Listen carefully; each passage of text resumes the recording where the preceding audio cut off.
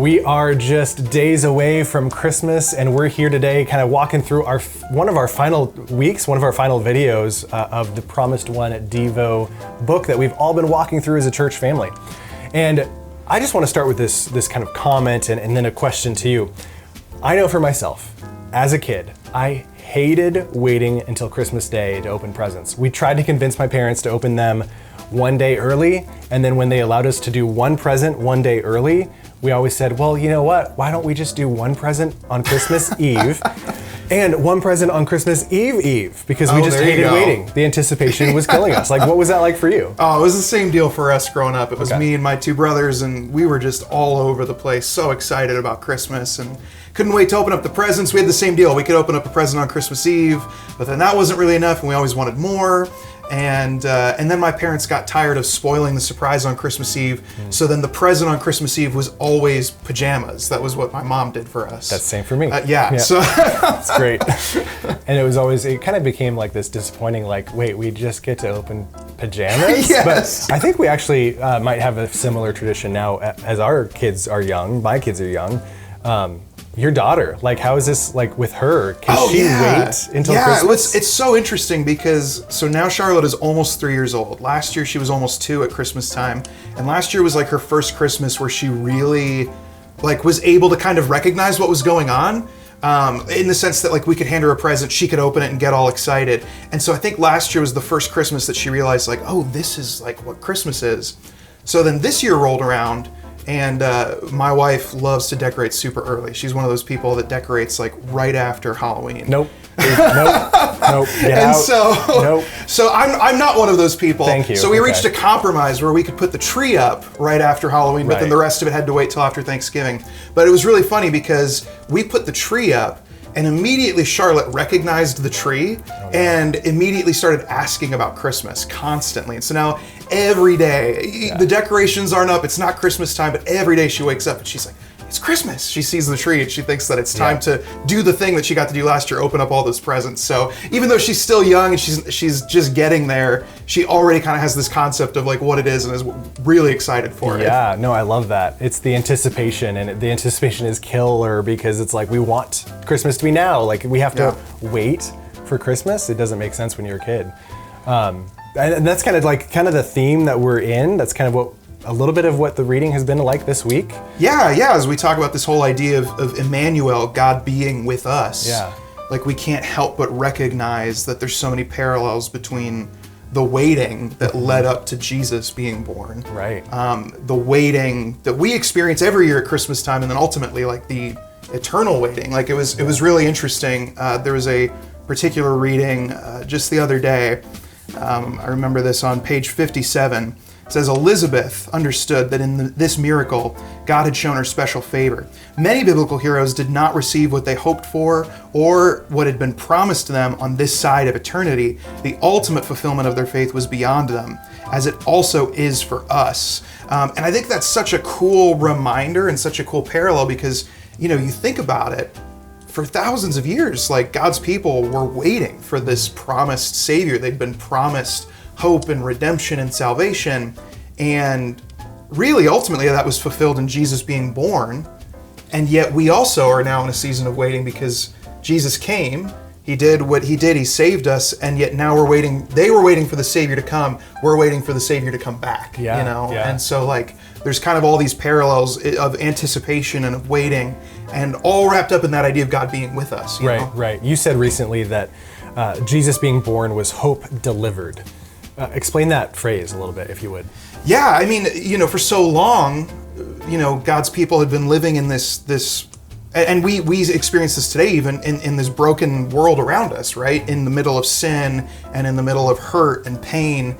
And for so long, God had sent these prophets and said like, hey, don't worry, I'm going to fix this. I've got a plan. It wasn't God's fault that we got in the situation, but he had the solution. And the solution was Jesus being born, was God actually being with us. And so ultimately that promise of salvation comes in the form of God being with us in Jesus. Yeah. And it's interesting, like you said, like we're in this time where hope is here and Christ has been born, and yet there will be a second advent where Christ returns and Christ comes back. And so the Bible kind of talks about this as the already not yet, Paul uses that language kind of throughout his writing of we are already children of God and we're not yet with him in heaven. We're already righteous and we have a right standing before God, but we're not yet fully righteous. We're still in the process of sanctification and becoming more and more like Christ as God grows us. So we already have this hope that's been delivered in the person of Jesus at Christmas, Immanuel God with us. But we're not yet with him like in the way that he wants us to be. Yeah, well, it almost, to kind of drop back to some of the comparisons we were talking about earlier, even as I think about my daughter, she saw the Christmas tree as soon as it went up. None of the other decorations were up. It's not Christmas time yet, but she knew that it was coming, right? That tree for her was a signal like, oh, there's this exciting thing. It's coming down the line. It's coming soon. And, she doesn't have a concept of time. She doesn't know how far away it is, but she knows at some point it's getting there. And we're kind of in the same season where Jesus was born. Jesus accomplished what he set out to accomplish to, kind of seal that promise of like, hey, this is your salvation. That's kind of like the tree in that example. But someday he's coming back. And like, we don't know when that is. We're kind of in that same season of waiting. And the reality is like, sometimes that season's really painful. Sometimes it's really difficult to just wait. And so many of us, especially at Christmas time, can experience like these feelings of hopelessness or pain or suffering. And we just wonder like, man, when is that going to end? Yeah. And the cool part about Christmas is that it offers us this eternal hope that like we are going to get to have him come back someday. Right. We get to rest in the fact that of what God has already done. We get to rest in the promises. We get to rest in the fact that Immanuel, God, is with us. And we get to hope in his continued promises and what he's going to do in the future. And that's hard for us because it's waiting and it's anticipation and it's like that tension of, why don't you just do it already? Yeah. Why isn't Christmas just here already? I wanted to give you an opportunity to wait in anticipation. So I got you a Christmas gift. Oh, wow. Okay. It is for you. It's strictly for you. Okay. And you could just decide if you want to open it or just wait. As Christmas is what, just less than a week away. Yeah. But it's up to you. And it's up to me. And I'm just gonna set that right there and just acknowledge that. That's not fair though, because now they're all gonna wonder like what's in the present. True. But I think if that's the case, I'm gonna leave everybody waiting. Really? Yeah, I think I'm gonna. You might not even like the gift. So I don't know. In this case, where the anticipation of Jesus is worth it, the anticipation of this gift might not even be worth it. Maybe we'll have to wait and see. That's the hope of Christmas. Okay, yeah, you're just gonna have to wait. Okay, all right. I will open wait. it. You do whatever you want to do. I feel like you want me to open it. Is that what you want me to do? It's really good. Okay, I will open it. Sure. Then? Okay. And let it be known, Ben Hayes cannot wait. Oh my gosh! As Tim is like, please open the present. Open the gift. Okay, now the anticipation is killing me.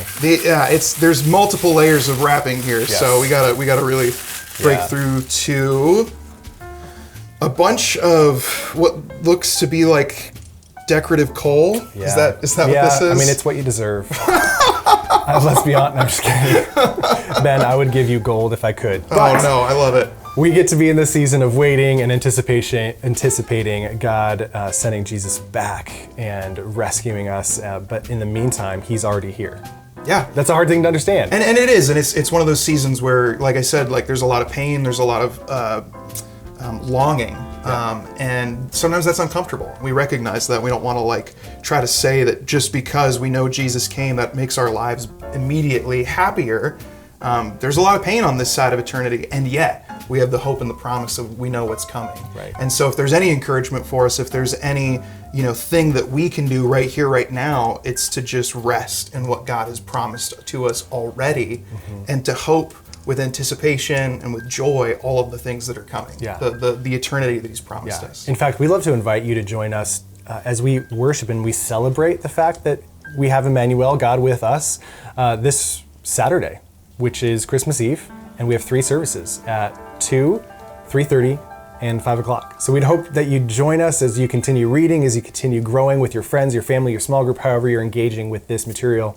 And then we'll see you on Saturday as we celebrate Immanuel, the God who came to us in the person of Jesus. Yeah, absolutely. We'll see you soon.